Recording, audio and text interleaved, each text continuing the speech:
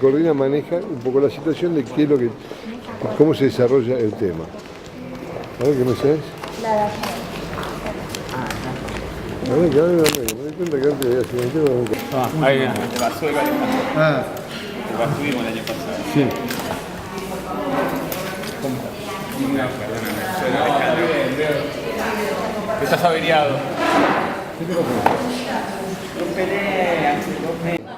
No tiene hipertensión en ese momento, no tiene hipertensión, pero tiene antecedentes y sabemos que a las 12 semanas le vamos a poner aspirina baja dosis. Entonces, de esa manera podemos diagnosticar la paciente que tiene antecedentes de parto prematuro y poder dar progesterona, por ejemplo, para hacer prevención secundaria, es decir, antes que aparezcan los signos de la hipertensión. Y saber la parte de epidemiología de las pacientes que atendemos. De esa manera podemos establecer, por ejemplo, en una prueba piloto sobre 2.000 y pico de pacientes tuvimos 20.39 pacientes que tenían alto riesgo trombofílico, es decir, que tenían antecedentes de 2 o más abortos menos de 10 semanas, feto muerto, nacimiento prematuro, antecedentes de RCIU, antecedentes de preeclampsia, antecedentes de desprendimiento. Sí, tenían, sumado todos esos porcentajes de pacientes, vimos que el 20.9% tenía antecedentes compatibles con trombofilia, es decir, que iba a requerir de un estudio trombofílico. Eso permite hacer política sanitaria, porque yo tengo muchas pacientes con antecedentes como para ser especial en trombofilia, que tengo que tener heparina. Si tengo muchas menos para diabetes, tengo que tener más heparina que insulina, o al revés. Y me permite usar, por ejemplo, que en mi hospital, esto lo implementé hace 4 años en el Durán, en mi hospital el 18.8% tiene sangre anterior. Hola, ¿cómo te va? ¿Cómo estás? ¿No? Tiene sangre anterior. ¿Qué quiere decir? Que mi índice de sangre nunca, 12 anterior, nunca va a poder ser menor de 18.8. Eso es imposible, eso es importante. Gracias, amor.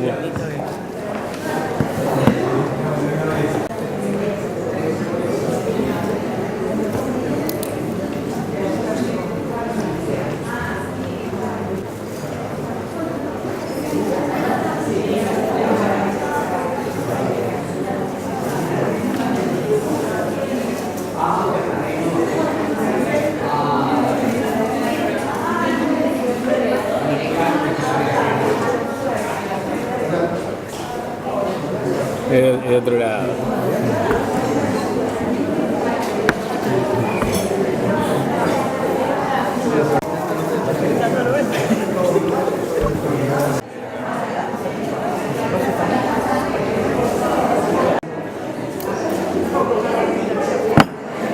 ¿Qué hora es?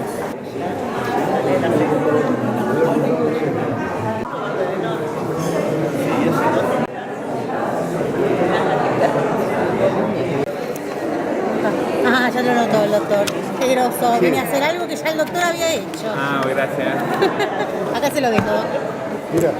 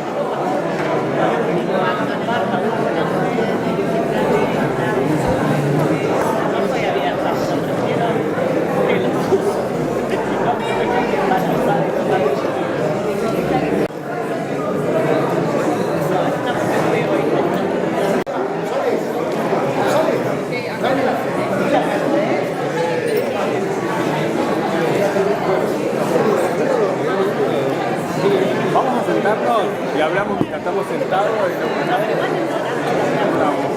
no parcial. Ah, no. No, este sí lo cuando repartió parcial. Claro, porque no hay mucho. No, lo repartió. A mí no me lo dio. No, el año pasado. Eso más. Factores de Río determinante lo vemos para el cuestionario. Sí, me parece que para dos mira, Tenemos 5 minutos más, la cuarta, ¿te parece? Sí, cuarto sí o sí largamos. Yo porque no veo mucha gente. no, Tampoco. no sé si las chicas están atrás nada ¿Será más. tránsito? ¿Será una cuestión de tránsito nomás? ¿Qué cosa? ¿De que no llegan por el tránsito? Los argentinos no salís o 6:30 la igual de primera escuela. actividad de congreso siempre, ¿no? En la temprano. El año pasado creo que salía a las 7. La isla para cromoprofilaxis y infarto hipertensivo. Si con la paciente vas a salir del pasto, esto es tu marido. Muy bien, me Yo no te marido. ¿Está bien? Entonces cada paciente baja a salir del pasto y se confecciona esta grilla. ¿Tiene antecedentes de riesgo determinantes? Si no. No tiene, se da vuelta a la hoja. Tiene no determinantes mayores o menores, si no se va. Y acá tiene cómo hay que hacer, de acuerdo a que se haya programado parto normal, de acuerdo a que tenga riesgo más. Me mide con Google Maps Y eso sí o no, y hace ¿Y esto tromboprofilaxis. de dónde lo sacás? O sea, Esto está basado en... No, esto está basado en todas las guías. Se supone que a futuro algo se va a modificar. El uso va a hacer que algo se modifique. No, me Pero parece es una súper- forma de... No lo inventamos, si cada uno está establecido en el trabajo, cada ítem tiene el riesgo relativo para producir trombosis. Claro, por eso te preguntaba. Esto está sacado en un consenso que hicimos en FASGO, aprobado por el CACH y por la FAO. No, eso es de... Estuvo con Beatriz Grande. Entonces, cada ítem tiene un riesgo relativo. Si tiene riesgos relativos menor de 6, es menor. Si es mayor de 6, es mayor. ¿Y te lo completan? ¿Lo hacen? Qué bueno. Se acaba de morir una paciente. Se acaba de morir una paciente. No, se acaba, el año pasado una paciente en los Charcos por un teto más de 17 semanas. ¿Verdad en el Fernández? Era el año pasado. ¿Y este ¿Cómo? año un TEP? En verdad en el ¿En Fernández. dónde? ¿Dónde fue la Bueno, ponete, pará. La publicación. Embarazo todo normal, con estasis de la concha de Lora, 35 semanas, le tuve que hacer una cesárea, por suerte, de que el bebé es neo y venía de ambulación precoz, lo que fuera, se va de alta, obvio, 3-4 días, a la casa, a los 3 días de estar en la casa, disnea, va al alemán, tromboembolismo pulmonar bilateral. O sea, no quiso el TEM, hizo el tromboembolismo pulmonar bilateral. A mí la barra, todo bien. ¿Vivió ¿Viste o no? cuando vos... No, vivió y está todo bárbaro. El 48% de las pacientes cuando con vos TEP se decís, mueren. o sea, El el 10%. Sí, No, está el la año de... pasado. Sí, fue el año pasado, este año salió en los medios. Es la hija de la ministra de Educación de Kirchner. Ah, por eso, porque lo tengo así... Sí, sí, cuando pasó todo. Claro. Pablito Marchini le recibió en la guardia. Que la paciente fue, consultó, fue a la casa y cayó en ambulancia Fernández. Un martes a la noche. Bueno, vos ahí tenés la grilla. Con eso hubiese evitado a lo mejor. Bueno, ahora cuando salga el tema lo charlamos. Y esto seguramente se va a poner en todos los hospitales de la municipalidad, está lo presenta el ministerio, lo aprobó para terminar la infancia. Y se está haciendo una PP también para esto. En el cual vos lo llenás, te dicen qué tenés que hacer y cuánto tiempo tenés que hacer. Y no es heparina solamente, ¿no? Es heparina o medios mecánicos. ¿Sí? Y es solamente 24 o 48 horas de heparina. Y después sigue con los medios mecánicos, la munición precoz, la venda elástica, la compresión neumática Igual intermitente. estaría bueno también hablar de indicaciones del embarazo, de uso de parina en el eso embarazo. vamos No, a en la hacer. mesa digo. Eso lo vamos a hacer. Dale. Obvio. Bueno, ¿largamos? ¿Largamos? Bueno, vemos que no somos muchos, pero somos los mejores. Eso lo dijo el doctor. Sí, total, si viene alguien se levantará. Conseguimos otra silla.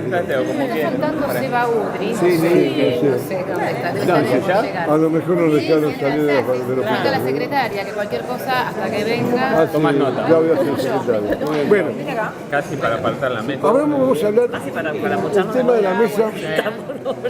El tema de la mesa es indicaciones de parina durante el embarazo. Mi idea es prolongarlo un poquito más durante el embarazo, parto y puerperio.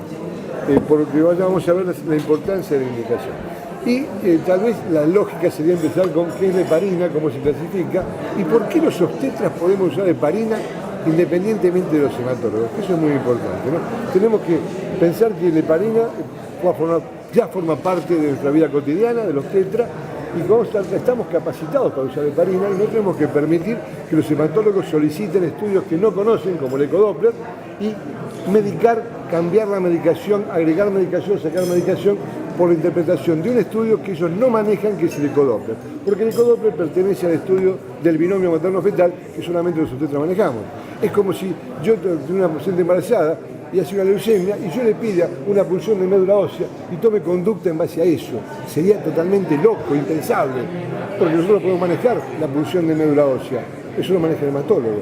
Como el ecodoppler fetal lo manejan los obstetras y no lo puede manejar el hematólogo. Así que el primer principio sería que la heparina es una medicación que se introduce a nuestro campo de trabajo y que lo tenemos que aprender a manejar nosotros, porque vamos a ver en el curso de la mesa que tenemos todas las cualidades y los conocimientos para poder hacerlo.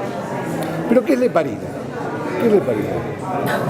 ¿Qué es la heparina? Bueno, hablemos, hay dos tipos de heparina, ¿no? Está la heparina sódica, que es la que antes... No, fue un poquito antes. La heparina es un polisacárido aniónico. Ah, ¿qué hace? Y es algo que es muy interesante. La heparina se descubrió, la descubrió Maglin. Maglin en 1916. Era un estudiante de medicina de Baltimore, segundo año de medicina de Baltimore. Trabajaba con Howell. Howell ya era un famoso, porque había descubierto las plastrines, las plaquetas, y trabajaba en coagulación de la sangre. Y puso a Maglin a trabajar en el hígado, buscando sustancias coagulantes en el hígado. Maglin trabaja en eso y descubre una sustancia que en lugar de ser coagulante, es anticoagulante. Entonces va Howell y le dice, Howell, esta sustancia es anticoagulante, no coagulante. Howell lo separa del trabajo y después presenta en el Congreso francés, la Comisión Francesa, un trabajo con heparina. Heparina significa en griego hígado, sustancia anticoagulante. Y se lleva a todos los méritos, aunque en realidad la historia... Igual para mí lo más importante de la heparina no es la función anticoagulante, sino la función la preventiva, claro, o inmunomoduladora. No, lo que pasa es que desde el punto de vista del médico general es un anticoagulante. A nosotros sí aparte porque es inmunomoduladora, claro, pero la heparina cumple funciones muy importantes, independientemente de la obstetricia. Es un gran descubrimiento porque permite que la gente no haga trombosis y no haga complicaciones tan importantes como el TEA.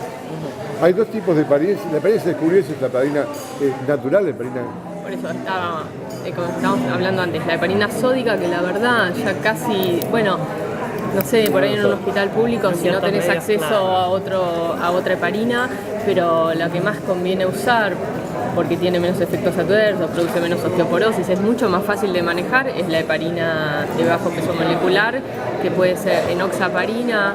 Digo algunos nombres comerciales para refrescarlos, pero qué sé yo, como el Clexane, ahora hay otra nueva que se llama Matex, y si no, la nadroparina, que es el fraxiparine, pero que está faltando bastante en el mercado. Quiero decirles porque a veces los pacientes vienen y dicen, a mí me dieron esta, ¿sirve? Sí, claro. Es lo mismo. Dejó de ser monopólica, antes estaba solamente la heparina de Sanofi, y el Clexane, y ahora hay otra, como el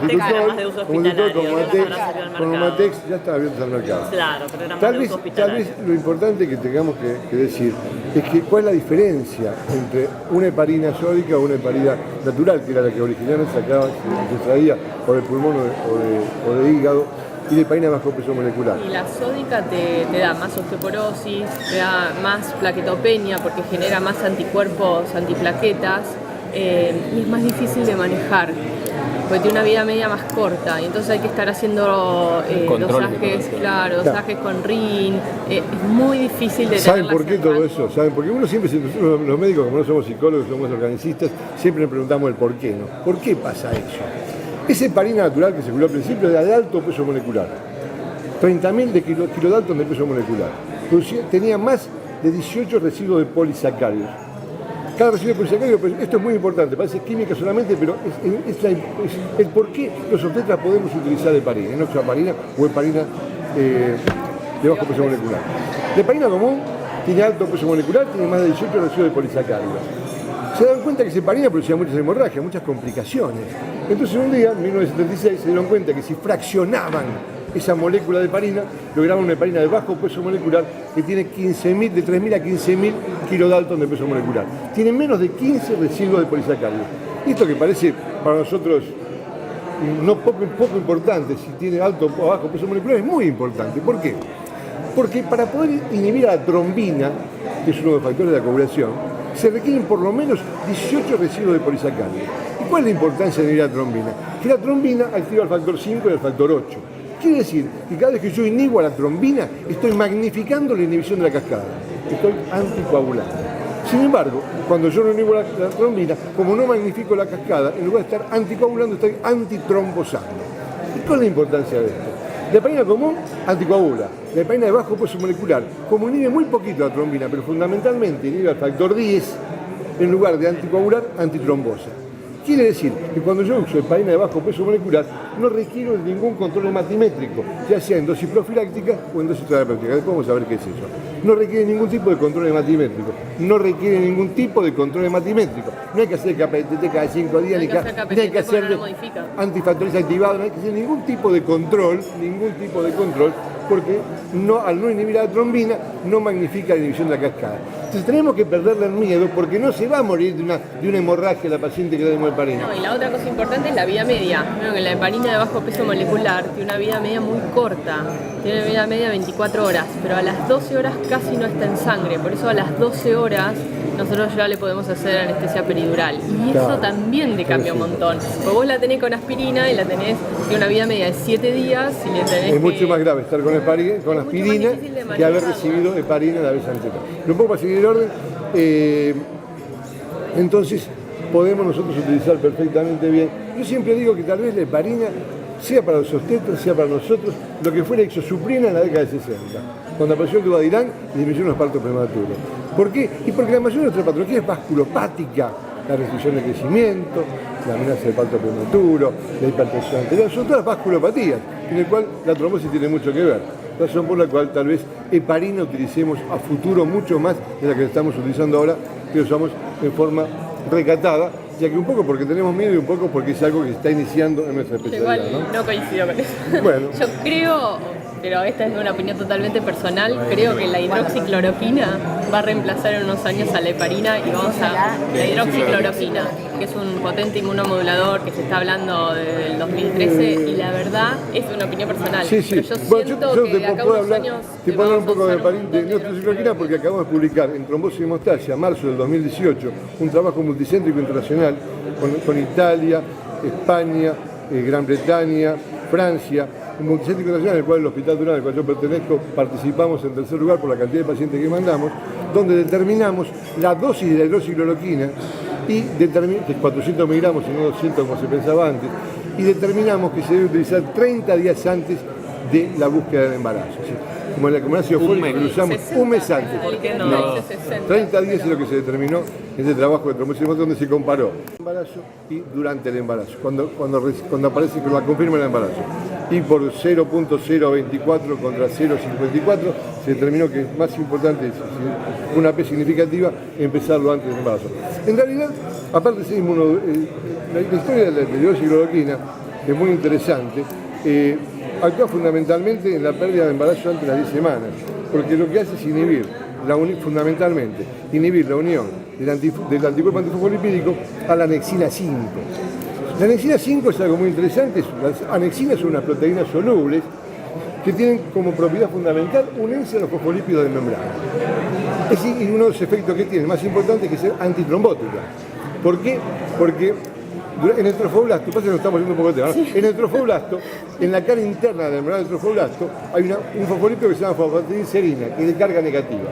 En el trofoblasto, en las células apoptóticas y en las plaquetas activadas, por un mecanismo que se llama flip-flop, que es una translocasa ATP dependiente, pues el flip-flop, esa fosfatidilcerina que es de carga negativa, que está en la cara interna de la membrana, pasa a la cara externa.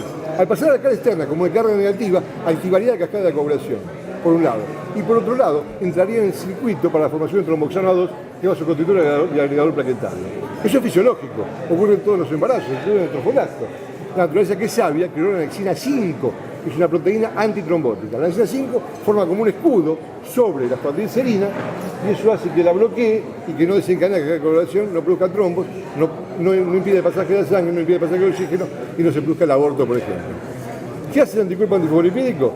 Se une, impide la unión, ¿qué hace la hidroxicloroquina? Impide la unión de la anexina 5, del antifosfolipídico a la anexina 5. Impide que se desplace, que quede esa fosfatidilcerina libre y que se encadene la cascada de coagulación.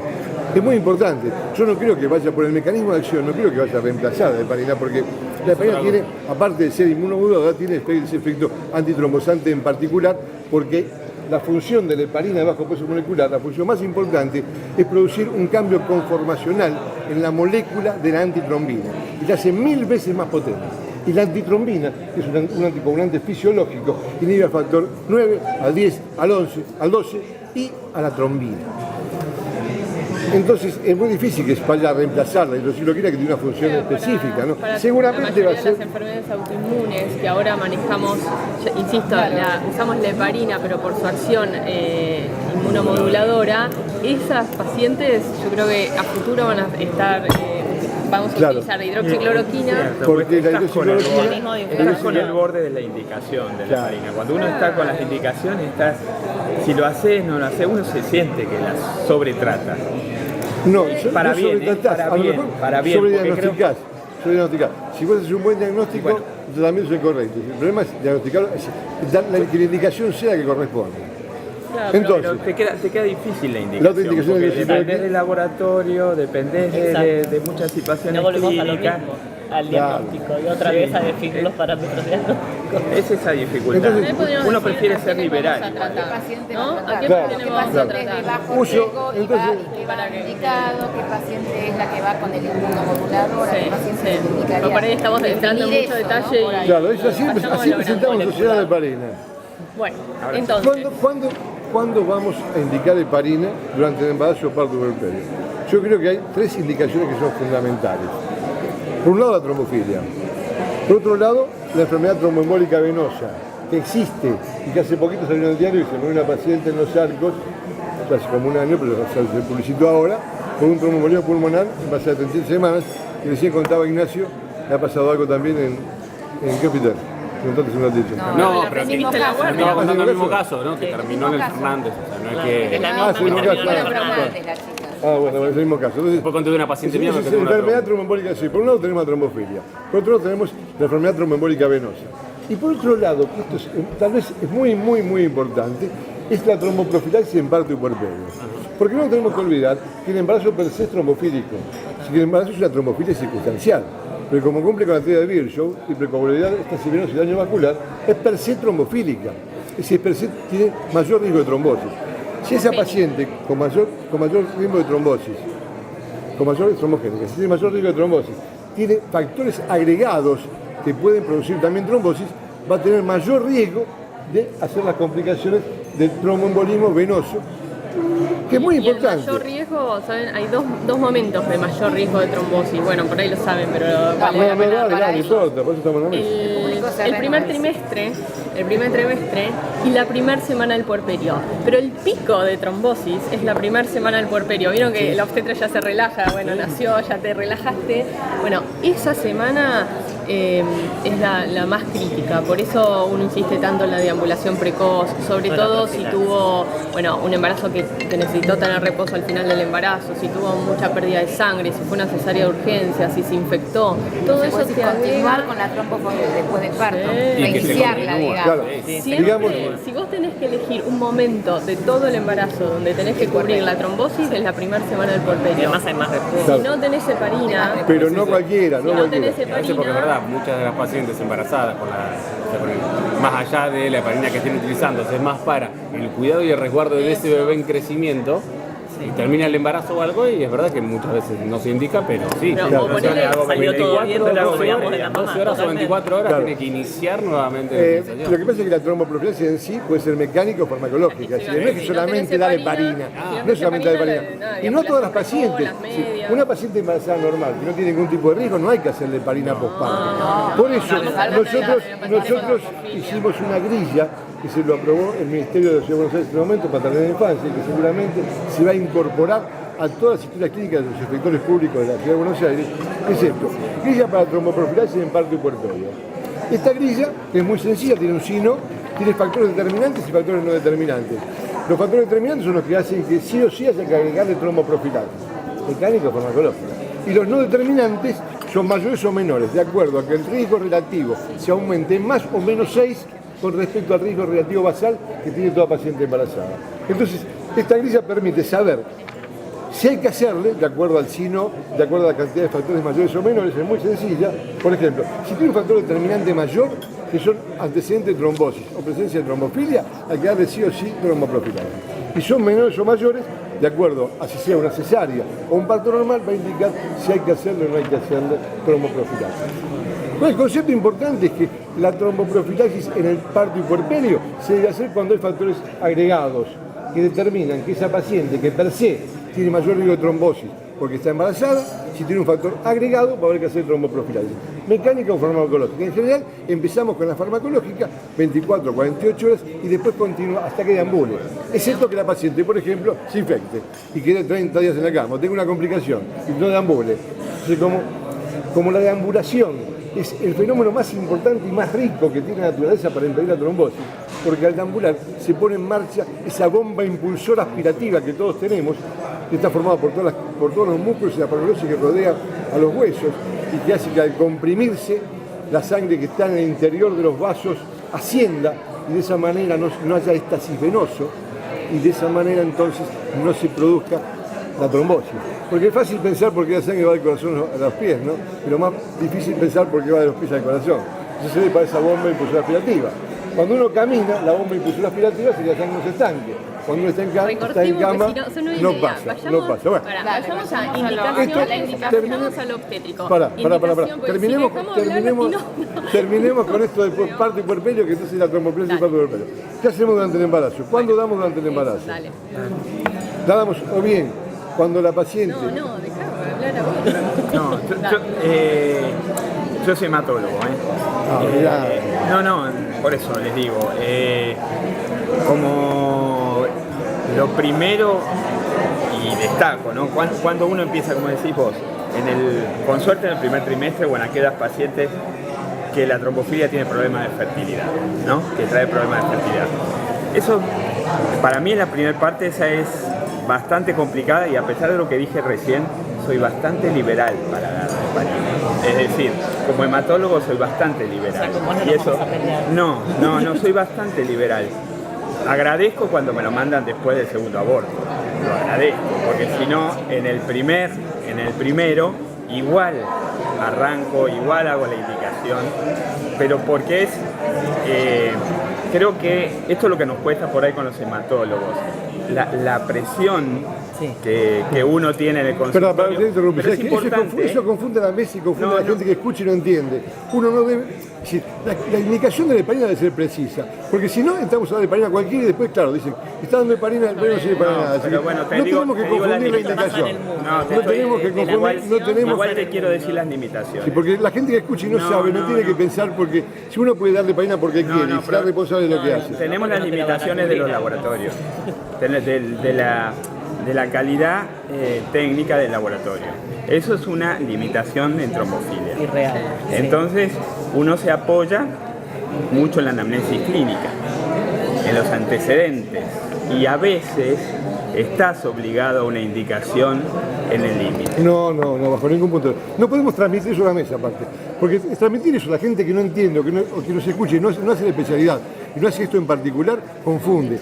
No tenemos que pensar que el laboratorio está mal y solamente porque la paciente tiene aborto, si no tiene indicación no hay que indicarla. Repasemos por ahí cuáles serían las indicaciones. Déjame coordinar la mesa. Yo quiero decir algo. Hay dos ocasiones durante el embarazo. Una es la paciente que hace la trombosis venosa profunda, que se la mandamos al hematólogo y el hematólogo la maneja. Yo creo que tenés razón, pero va cambiando. Y otra es la trombofilia. Pero va cambiando. Y otra es la trombofilia. Repasemos las indicaciones del consenso de trombofilia. Claro. ¿A qué pacientes hay que estudiar y tratar? ¿Les parece?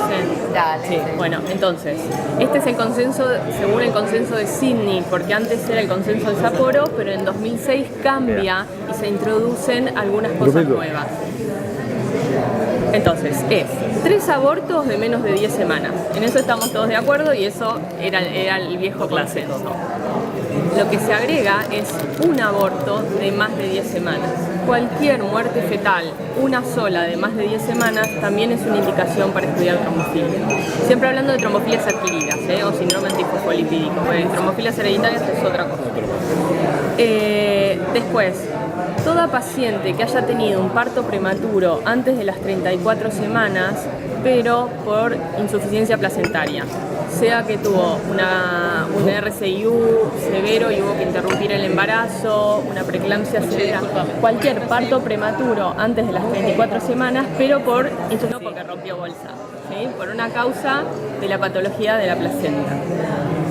Y, por supuesto, cualquier paciente con antecedentes de trombosis. Esas serían las 4 indicaciones establecidas con evidencia de indicación de heparina para el síndrome antifosfolipídico. Trombofilia estudio para la indicación. El estudio. Por cuadro o emergencias hipertensivas, prematurez y eso, ¿no? Sí, por eso. Todo parto prematuro, antes de las 34 semanas, que sea por preeclampsia, claro, preeclampsia, RCIU severo.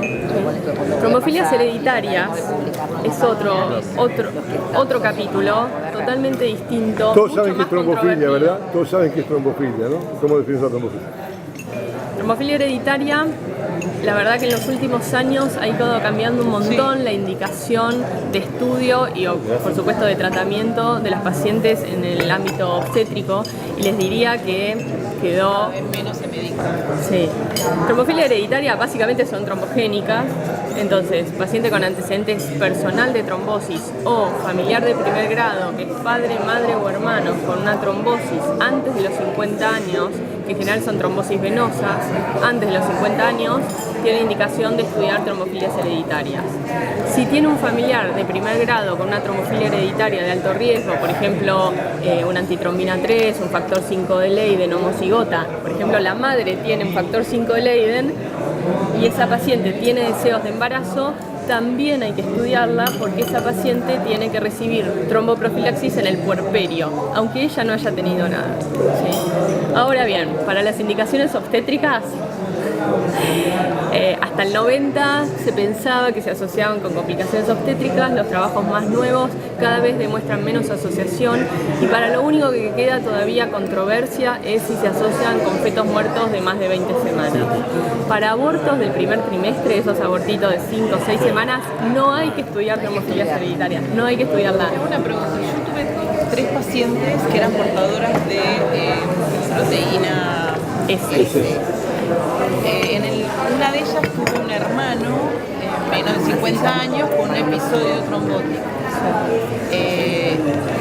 Interconsulta con hematólogo de centro muy conocido de hematología, nada, ningún tratamiento a ninguna de las 3.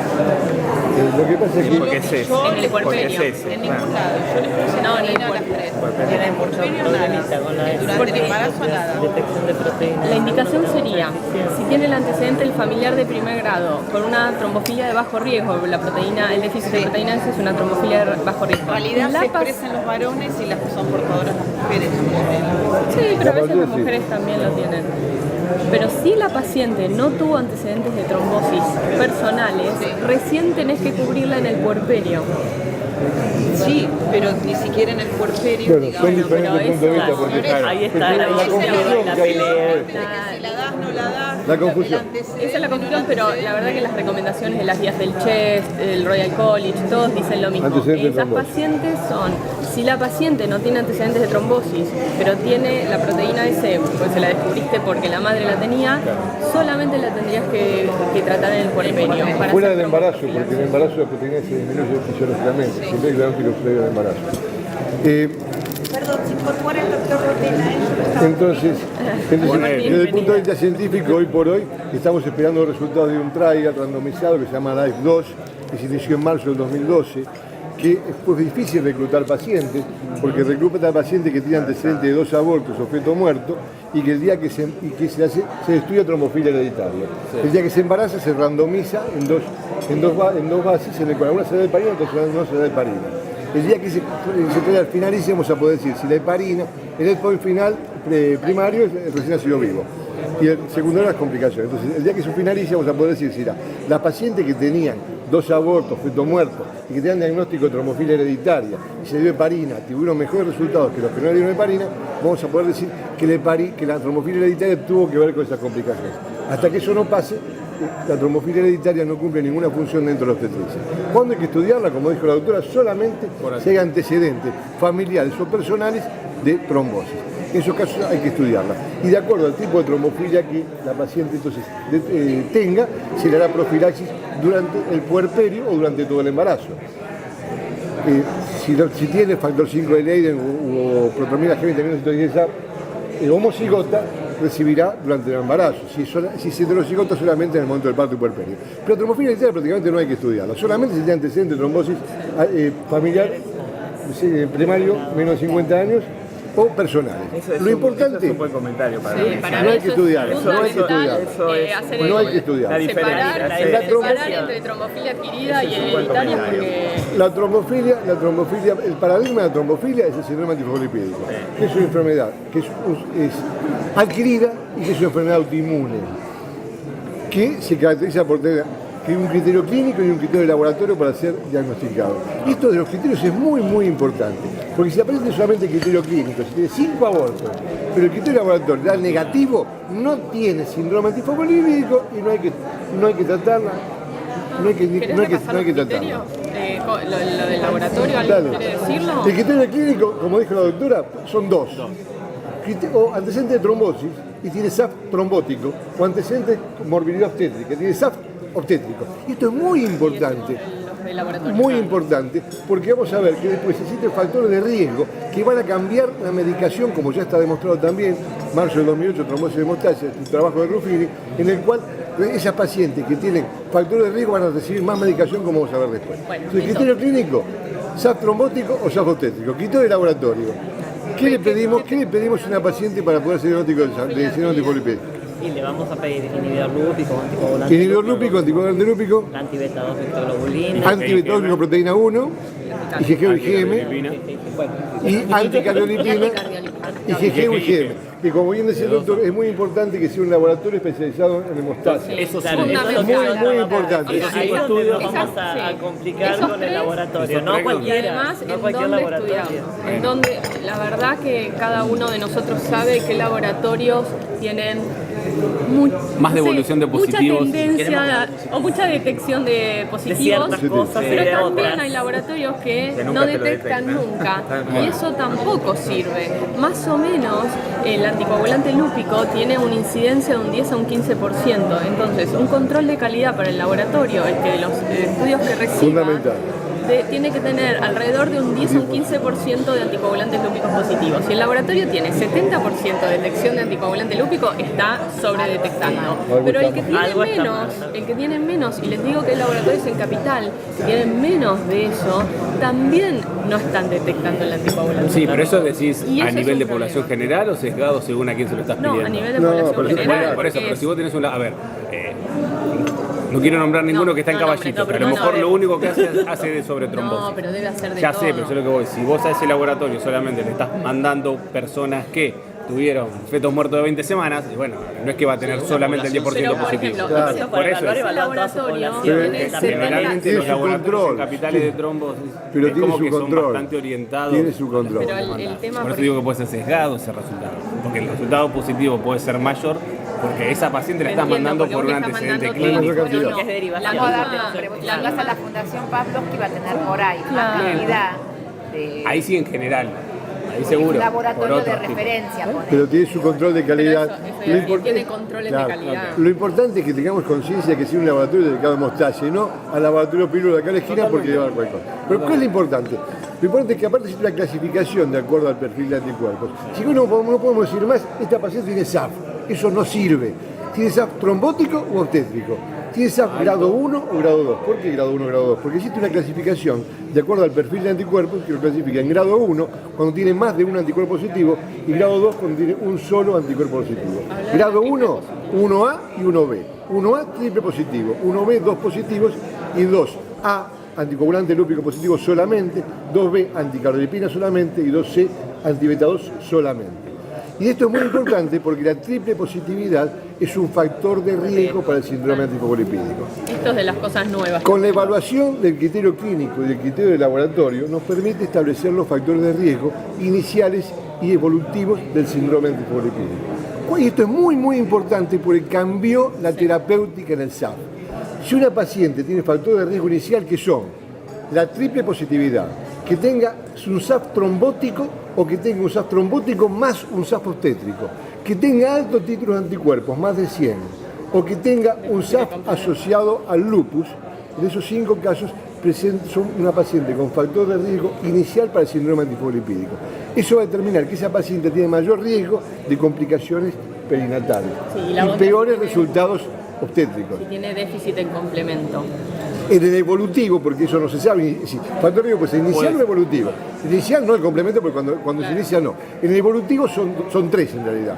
El déficit del complemento, que ahora vamos a charlar porque esto es interesante, 2 minutitos de complemento. Es nuevo, pero la verdad que es importante. 2 minutos de complemento, y o bien que tenga alteraciones en el Doppler. Si tiene alteraciones en el Doppler, o bien complemento disminuido. Esto del complemento, se hizo un estudio que se llamó PROMIS, que finalizó en el 2013, que lo organizó Branch, en el cual muchos países, en el cual Argentina estuvo incluida, enviamos todos los meses el dosaje de complemento de las pacientes embarazadas con SAF. Y se descubrió, algo que ya había hecho de Carolis en un trabajo en el 2010, que cada vez que cae el complemento aparecen las complicaciones. El complemento, para los que escuchan por primera vez hablar de esto, el complemento es el activador de la cadena de la inflamación. ¿Sí? Cuando los anticuerpos se unen a los fosfolípidos de membrana, activan el complemento. Y el complemento es como que tirás una bomba, libera enzimas lisosímicas que destruye todo lo que hay alrededor. ¿Sí? Entonces, si el complemento está disminuido, quiere decir que hay actividad inflamatoria activa, aguda. Y eso te empeora el pronóstico. ¿Saben por qué empeora el pronóstico? Y es también cada difícil el laboratorio para el complemento. También es difícil que el laboratorio te dose bien. ¿Saben por qué se manda el complemento? Porque, como dijo la doctora, cuando el complemento se activa y se libera el C5A, que antes no sabíamos bien para qué actuaba, hoy sabemos que actúa sobre la célula mesenquimatosa y libera a la circulación algo que se llama receptor soluble para el factor de crecimiento vasculoendotelial. Y esto es importantísimo. Para que una placenta se desarrolle normalmente requiere 2 factores importantes, 2 factores de crecimiento. El factor de crecimiento vasculoendotelial y el factor de crecimiento placental. Específicamente el factor de crecimiento vasculoendotelial. ¿Saben cómo actúa? Se une a un receptor de membrana que se llama receptor de membrana para el factor de crecimiento vasculoendotelial. Cuando se une factor de crecimiento y receptor fijo de membrana que encadena una señal angiogénica que produce un buen desarrollo vascular de la placenta. Y la placenta anda bárbara, y el bebé anda bárbara. Pero ¿qué pasó? Se descubrió también que cuando aparecía en sangre un receptor soluble para el factor de crecimiento vasculoendotelial, este receptor soluble secuestraba al factor de crecimiento, impedía que se uniera al receptor que es de membrana y no desencadenaran una señal angiogénica. Entonces hay un mal desarrollo vascular de la placenta. Al haber un mal desarrollo vascular de la placenta, se produce un daño, una vasculopatía que determina que llegue menor cantidad de sangre, menor cantidad de oxígeno y el bebé tenga una amenaza de aborto, un aborto o un feto muerto, determinado porque la activación del complemento liberó C5A, que actuó sobre la célula mesenquimatosa y liberó receptor para el factor de crecimiento soluble. Hay dos marcadores de mal pronóstico. Hablamos de laboratorio y quiero contarles también marcadores clínicos de mal pronóstico. Nosotros presentamos el año pasado un trabajo en donde evidenciamos que el antecedente de feto muerto en las pacientes con trombofilia, pero antecedentes de feto muerto, empeora el pronóstico obstétrico a pesar del tratamiento. Tienen el doble de complicaciones que las pacientes que tienen, por ejemplo, antecedente de aborto espontáneo. Y ese también es algo a tener en cuenta cuando nosotros tenemos pacientes con trombofilia adquirida, pero antecedente de feto muerto, porque sabemos que esas pacientes también van a tener peor evolución. Nosotros lo presentamos en el Congreso de Brenner, el mismo Brenner nos decía, bueno, estas pacientes tendríamos que considerar si no habría que agregarles hidroxicloroquina. Volvemos otra vez a la hidroxicloroquina. Perdón, vamos a sintetizar algo. 15 minutos. Sí, perfecto, vamos bárbaro. El diagnóstico se hace por un criterio clínico más un criterio de laboratorio que debe ser positivo en 2 ocasiones separados por 12 semanas de diferencia. Esto es fundamental. Yo tengo una paciente que tiene 8 abortos. Le pedí los anticuerpos, hoy le dieron positivo. Cuando se lo repito las 12 semanas, era negativo, no tiene síndrome antifosfolipídico. ¿Por qué? Porque los anticuerpos responden a cualquier infección. Si una paciente puede tener anticardiolipina positivo y al cabo de 5, 6, 7 semanas caer y después dar negativo a las 12 semanas. Para ser positivo y tener diagnóstico tiene que ser positivo en 2 ocasiones separados por 12 semanas de diferencia. Los anticuerpos pueden variar cada 3 meses y ahí yo siempre acoto algo importante. Si vos tenés altísima sospecha, por ejemplo, tenés un feto muerto de más de 20 semanas, una placenta con trombosis, le pedís un primer laboratorio y te da negativo, y le pedís, no te quedes con que no tiene una trombofilia, porque el anticuerpo fluctúa a lo largo de la vida. 12 semanas de diferencia que te digo. 12 semanas lo volvés a repetir. Y a mí me ha pasado en pacientes que recién en el tercer laboratorio me aparece el anticoagulante lúpico positivo. Hay una pregunta que siempre surge, es ¿por qué un criterio clínico es un criterio de laboratorio positivo y no un criterio clínico? ¿Por qué? Porque el 5% de la población tiene anticuerpos positivos. Todos nosotros 5% tenemos positivos. Pero la prevalencia del SAF es 1 en 10.000. Quiere decir que cada 10.000 personas, 500 van a tener el anticuerpo positivo y una sola SAF. Esa una sola que tiene el criterio positivo. Por eso, si tiene solamente el criterio positivo o que tiene solamente el laboratorio positivo, uno de los dos solos no tiene SAF y no tiene que recibir tratamiento.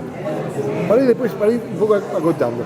La paciente pensamos que no tenía porque tenía algo de todo eso nosotros que contra la doctora le pedimos el diagnóstico y tiene. La manejamos con un equipo multidisciplinario. ¿Cómo la tratamos? El tratamiento convencional, el tratamiento de base es aspirina y heparina. La aspirina porque inhibe a la ciclooxigenasa, que forma tromboxana 2, que va a socorrer el ganado plaquetario. Y además estimula el crecimiento del embrión y de la placenta. La aspirina tiene mecanismos de angiogénesis placentaria también, es buenísima, por eso sirve para la disfunción placentaria. Por eso el famoso ASPRE. La se usa para la prevención de la preeclampsia. Por eso el famoso El año trabajo ASPRE. pasado salió publicado un trabajo que se llamó ASPRE en New England en junio del año pasado, que demostró que en las pacientes que tienen alto riesgo de desarrollar preeclampsia o restricción de crecimiento, en vez de darle 100 miligramos de aspirina hay que darle 150 y a partir de la semana 12. Es un temita, porque acá no tenemos ya. No, hay que fraccionarla. O se manda Hay que fraccionarla o la farmacia te la prepara. al laboratorio que... Sí. Bueno, 1:30 todas las noches. 1:30. Y a la Una y un noche. cuarto y una y Y tres como dijo el cuartos. doctor, a la noche. entonces aspirina y le damos, para impedir la formación de fibrina, le damos heparina bajo peso molecular. ¿Cuál? Enoxaparina, que ya no es más monopólica, como dijo antes la doctora, Clexiano, Matet, Dilutor, 40 miligramos una vez por día. Eso es dosis profiláctica. Una vez por día, 40 miligramos. ¿Y se puede cambiar? No. La dosis es fija. La dosis es fija de 40 miligramos. No se aumenta porque el Doppler, la dosis es fija, porque hay un trabajo de Brenner del 2004 que comparó 40 con 80 y el resultado final fue el mismo. ¿Cuándo podemos aumentar la dosis? No hay evidencia científica todavía, es recomendación de si la paciente pesa más de 90 kilos, para algunos 85, para acá más hasta 90, para otros 95, por su adicción al tejido adiposo, se puede dar 80 miligramos, pero siempre la dosis fija e inamovible. Aspirina y heparina, tratamiento convencional. Pero puede ser que le demos tratamiento convencional y que la paciente vuelva a abortar o vuelva a morirse el feto. ¿Qué hay que hacer entonces? Hasta ahora decíamos, le agregamos tratamiento adicional. Hidroxicloroquina, corticoides, gamma globulina o plasmaféresis. Es un tratamiento adicional, no hagas así. Tratamiento adicional. Tratamiento adicional. Hasta ahora le dábamos solamente a la paciente que teníamos fracaso de tratamiento, le hacíamos el adicional. Se descubrió que ese 30%, 20% que fracasaban con el tratamiento adicional estaba muy relacionado con la presencia de factores de riesgo, primarios o el agregado del factor de muerte fetal, como dijo la doctora. Así que tenga SAP trombótico, trombótico asociado obstétrico, o triple positividad, o altos titros, o consumo de complemento, esas pacientes requerirían tratamiento convencional más adicional sin esperar el fracaso obstétrico. Esto es algo muy importante, muy importante. Esto es como lo nuevo. Ya hay evidencia. Empezó en el 2010 con un trabajo multicéntrico, un trabajo europeo, y se completó con ese trabajo que organizó Italia, Rufatti, en marzo del 2018, donde se comprobó ya que el tratamiento convencional más adicional es más efectivo que el convencional solo en las pacientes con factores de riesgo. Entonces, si una paciente no tiene nada de los factores de riesgo, le damos aspirina y heparina solamente. Y si tiene factores de riesgo, no esperamos que se vuelva a morir el feto o que tenga aborto. Si le agrega el adicional, sin esperar el fracaso obstétrico. Hidroxicloroquina, corticoides, gamma globulina o plasmaféresis. En realidad, les voy a contar algo que le va a llamar la atención, como nos llamó a nosotros, cuando hicimos el trabajo. Lo que dio gold standard para el tratamiento de los con factores de riesgo para el fracaso fue gamma globulina más plasmaféresis. Ese es el trabajo original, marzo del 2018. Gamma globulina más plasmaféresis. Pero como eso es, la gamma globulina es muy cara, y si tiene muchas complicaciones, no complicaciones de gamma globulina, sino para poder administrar. complicaciones de tiempo. La administración. De tiempo. de tiempo, se utiliza en primera línea la hidroxicloroquina y se deja en segunda línea para el fracaso obstétrico con hidroxicloroquina o para los antecedentes de trombosis a repetición, la gamma-globulina. Eso. A ver, como todo esto es nuevo y no hay todavía mucha evidencia frente a los segundos esquemas o líneas de tratamiento, uno lo que puede pensar es, si tuviste un fracaso obstétrico, o sea, una paciente que estaba con aspirina y heparina, igual volvió a perder su embarazo, a esa paciente le agregaríamos hidroxicloroquina. Si la paciente, estando con aspirina y heparina, hizo una trombosis, a esa paciente es mejor darle gamma-globulina. ¿Sí? Ahora, de la hidroxicloroquina, quiero decirles algunas cosas que hay que tener en cuenta. La hidroxicloroquina es un inmunomodulador, se usa 400 miligramos, la literatura dice 60 días antes, el trabajo de ellos vieron 30 días antes, pero más o menos lo Marlon, ideal no te es... entendí si dijiste del trabajo de ustedes, que era 30 días, pero 30 días versus iniciar en el embarazo o 30 versus 60? Versus iniciar durante el embarazo. 30 días antes versus iniciar cuando vos tenés la confirmación del embarazo. La literatura dice 60 días antes. Cuando se puede. Pero ¿qué pasa?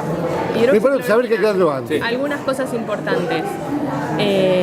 No se la pueden dar si la paciente tiene insuficiencia hepática, como es un... Campo visual. Eso. Puede generar un depósito, una opacidad en la córnea que es reversible. Está descrito en pacientes que la toman durante 10 años y esa opacidad es reversible. ¿Qué quiere decir? Que uno la suspende y se va. Pero nosotros tomamos como precaución, antes de indicar hidroxicloroquina, a todas las pacientes le pedimos un campo visual y un fondo de ojo. Y nos ha pasado este año, una paciente joven, le pedimos un campo visual, tenía un campo visual dinamitado y ni había empezado con hidroxicloroquina. Entonces, ojo, hay que cubrirse, porque si después la paciente tiene eso, te va a decir, porque vos le diste hidroxicloroquina. Lo que pasa es que si el campo visual le da normal, olvidémonos, porque la dosis es de 1000 miligramos para que comience a actuar, haga retinopatía. Si le damos 400 miligramos por día, cada 2 días y medio le damos 1 gramo, para hacer los 1000 miligramos están 1000 días. Así que olvidemos de tratar durante embarazo, no hay ningún tipo de problema. No hay que hacer control seriado, no. Sí inicial para cubrirlo, pero no es común que la paciente tenga una retinopatía, no es común. Pero bueno, lo podemos hacer para cubrirlo. Se lo recomendamos. ¿Cuál es la...? Y contraindicaciones, perdón, así termino. Si tiene insuficiencia hepática, si tiene psoriasis, porque potencia la psoriasis, y no es raro que las pacientes con síndrome antifosfolipídico tengan psoriasis, así que ojo con eso. Y la otra es si está tomando hipoglucemiantes porque potencia el efecto, no es que esté contraindicada, pero si está tomando hipoglucemiantes, por ahí hay que bajarle la dosis del hipoglucemiante. ¿Sí? Dijimos hidroxicloroquina, dijimos corticoides. Es indistinto que usemos uno que usemos otro. El mecanismo de acción es totalmente distinto. La hidroxicloroquina bloquea la unión del antifosfolípido a la anexina 5, así que es ideal para la pérdida precoz del embarazo. ¿Cómo actúa el corticoide? El corticoide disminuye la cantidad de anticuerpos circulantes. Por eso las viejas dicen, si tenés una infección no tomes corticoide, que te aumenta la infección. Entonces, nosotros en particular, en el caso del refractario, si le dimos aspirina y fracasamos, si el fracaso se debió o tuvo como consecuencia un aborto, le hacemos hidroxicloroquina. Si tuvo como consecuencia feto muerto, le hacemos corticoide. Y si tuvo muchas cosas, le hacemos hidroxicloroquina más corticoide. Ese es nuestro protocolo. ¿Qué pasa con la plasmaféresis? La plasmaféresis empezó a usar Camasta hace muchos años. Y fue importante. Y después se dejó usar. Y el trabajo que hicimos nosotros, que se hizo internacional multicéntrico, se usó plasmaféresis. La plasmaféresis es liberar del plasma sustancias tóxicas. Lo descubrió en 1914 Lonabel y se dio cuenta que si centrifugaba la sangre, sacaba sustancias tóxicas, se quedaban sin anticuerpos tóxicos. Pero también se vio que al bajar los anticuerpos de la sangre, había un repique en la formación de anticuerpos por las células, por los linfocitos T. Razón por la cual, cuando uno hace plasmaféresis, tiene que además agregarles inhibidores de los corticoides junto con la plasmaféresis para poder utilizarla. Pero fundamentalmente lo que se usa en el mundo es hidroxicloroquina o corticoides y dejamos para esos casos selectos de la trombosis en particular la gamma-globulina. Un poco creo que para ir cerrando, las indicaciones entonces del embarazo serían, por un lado, la enfermedad tromboembólica venosa. La paciente que está embarazada y mira y dice, doctor, me duele la pierna, se me hinchó así, no puedo caminar, está roja, dolorosa. Esa paciente es una trombosis venosa profunda. Muy importante, urgente al hematólogo, esa paciente no es nuestra. Como la trombofilia no es del hematólogo, la trombosis venosa profunda sí es del hematólogo, porque tiene que hacer éuticas. Y ahí a lo mejor empieza con heparina corriente, si lo va a manejar el hematólogo, esa no es nuestra paciente. Y eso es muy importante porque si ese trombo, que eso en la piernita, es un trombo parietal, tiene la capacidad de fragmentarse y producir un tromboembolismo pulmonar y matar a la paciente. 10% se muere en las primeras 4 horas, el 38% restante en los próximos 10 días. 58% de mortalidad. Entonces es muy importante, si pasa eso, mandarla urgente al hematólogo. La otra indicación es la trombofilia, que tenemos que pedir estudio de trombofilia en 3 ocasiones. Cuando hay antecedentes de aborto, nosotros decimos 2 o más abortos menos de 10 semanas. Cuando hay antecedentes de complicaciones obstétricas, parto prematuro menos de 34 semanas con hipertensión, con desprendimiento, o bien antecedentes personales o familiares de trombosis. Esas son las 3, o 1 más de 10, perdón, me olvidaba, 1 más de 10, en el caso de los abortos, complicaciones y antecedentes de trombosis. Esas son las indicaciones para pedir trombofilia durante el embarazo. Y no olvidarse que el embarazo es trombofílico y que en el momento del parto hay que completar la grilla que inventó el Durán, o cualquiera que ustedes quieran, pero saber que si tiene factores de riesgo agregados, como por ejemplo la fecundación in vitro, en un gemelar, en una paciente de 40 años, mayores o menores de acuerdo al riesgo relativo que es obesidad, va a haber que agregarle tromboprofilaxis, que es en primer lugar la movilización precoz, que es la tromboprofilaxis mecánica más importante, porque si se moviliza, pone en acción esta bomba impulsora aspirativa de los gemelos y hace que la sangre no se estanque. ¿Sí? Y si tienen que empezar con heparina, es a las 12 horas después de la cesárea, y puede ser a las 6 horas después del parto, y 12 después de la cesárea. ¿Cuánto tiempo Bien. la mantenemos? ¿Cómo? ¿Cuánto tiempo? Mira, si no tiene trombofilia y no tiene antecedentes de trombosis, de 7 a 10 días. Si tiene antecedentes de trombosis, 6 semanas. Bueno, entonces nos llevamos a la idea de que si tiene antecedentes de trombosis o bien tiene complicaciones obstétricas, vamos a hacer diagnóstico de trombofilia y por otro lado tenemos que si hace una complicación agregada al embarazo va a ir al hematólogo y pensamos en la tromboprofilaxis de parto puerperio. Y para terminar, quiero contarles por qué las sociedades científicas estamos a favor del veto de la ley de trombofilia. No en contra de la ley, a pesar de que seríamos los primeros países del mundo que tuviéramos una ley de trombofilia, en algo seríamos los primeros. Pero ¿por qué las sociedades científicas no estamos de acuerdo? Porque el paradigma de la trombofilia dice, en primer lugar, que los estudios no son de rutina. En segundo lugar, que se deben pedir solamente 8 determinaciones, 5 para hereditaria y 3 para la adquirida. Dosaje proteína C, proteína S libre, antitrombina. Factor 5 de daño y protromina G20.210A. 5, solamente 5. Y 3 para la adquirida. Anticardiolipina, anti-beta 2 y anticoagulante lúpico. Y en tercer lugar, el paradigma de la trombofilia dice que hay que solicitarlo solo ante determinadas circunstancias, como son el aborto, las complicaciones obstétricas y los antecedentes de trombosis. Mientras que la ley de trombofilia dice que son de rutina, error, no son de rutina. Solicita determinaciones inadecuadas, como el polimorfismo del PAI, como la metiltetraidofurato reductasa, que no corresponde. Y en tercer lugar, se lo pide a cualquier paciente sin ningún tipo de antecedente. Yo quiero quedar embarazada, le pido trombofilia. Eso no es paradigma. Ahora sí te escucho. Más de un 10% de la población general tiene un marcador positivo y no por eso va a ser de complicación relacionada. Yo creo que vamos a medicar un montón de pacientes y vamos a medicar un montón de pacientes que normalmente no harían ninguna complicación. la ley tendría que estar planteada desde los consensos científicos y no impulsada por Bedetonga, que sin un aval científico. No está mal el concepto de que las pacientes tengan acceso al estudio. Lo que está mal es que sea universal. Que sea universal y sin que no respete el paradigma de la obstetricia. Los laboratorios que realizan el estudio también certificados, si no hacen estudio de trombofilia, vamos a tener falsos diagnósticos. Seguro. Y aparte, educar. Porque si tenemos en los hospitales centros que puedan conocer y diagnosticar correctamente la trombofilia, vamos a hacer un diagnóstico temprano, un tratamiento oportuno. Y esta paciente con trombofilia que sin tratamiento tiene solamente un 20, un 30% de posibilidad de tener un hijo vivir sano, con tratamiento puede llegar al 85%. Y eso realmente es muy, muy importante. Bueno, gracias por haber participado.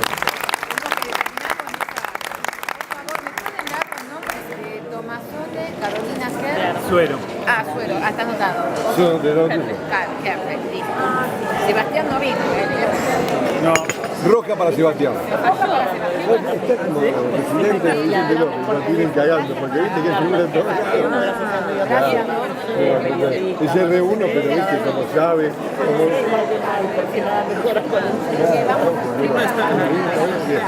Sí, ¿sabes que vas a Holanda? Pero ahora me di cuenta cuando te ¿Pasa el foro europeo? ¿Pasa el foro europeo? son pacientes Tómense una media, una media, una chica, Yo lo tengo que ver con ¿Cuál? una de las perdidas, estaban calentitas. Vení que te comento algo. Está bien, sí. Extraña Udri, no sé. En algún momento tenía... Después voy a hacer un resumen de esto, Pepe, te lo mando, me lo corregís, y vamos a empezar a subir todos los...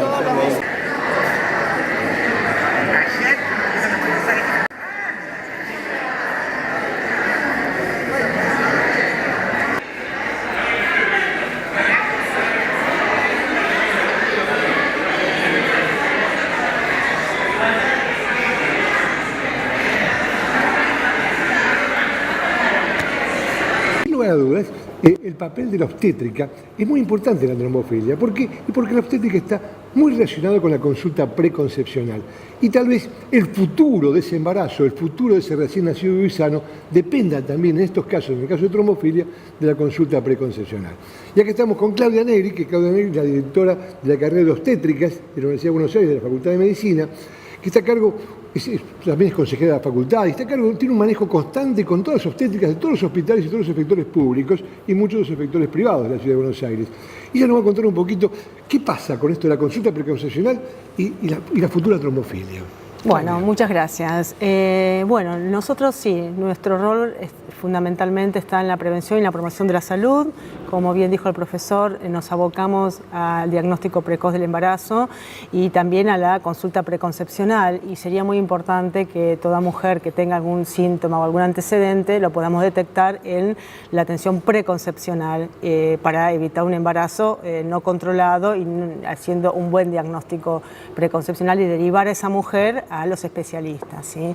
Es importantísimo la anamnesis en este punto donde podemos detectar factores de riesgo, antecedentes familiares, antecedentes en los propios embarazos, ¿no? Pérdida recurrente de embarazos, abortos, bueno, y algún desprendimiento de placenta, alguna otra situación que se haya desencadenado en embarazos anteriores.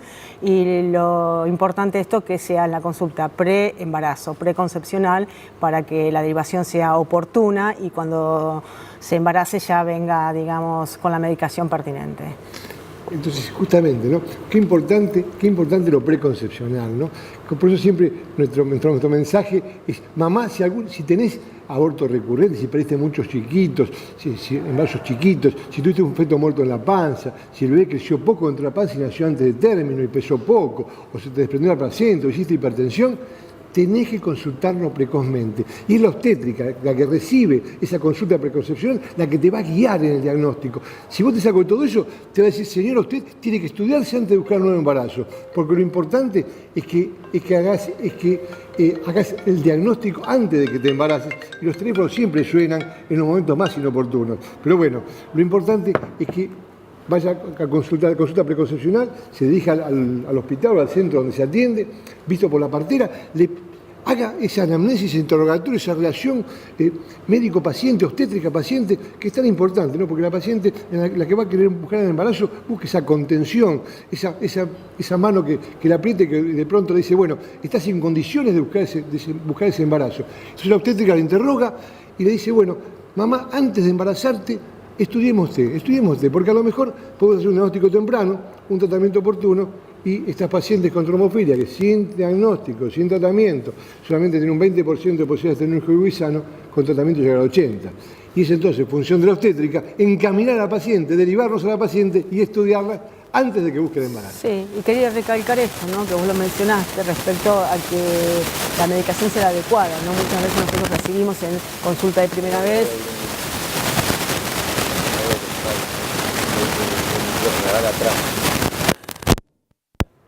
Ahí está. Parece un programa de televisión. No sé si está... ¿Está bueno o está malo? No, me parece que está demasiado. ¿Sí? Sí, porque queda como un programa... Ahí vamos.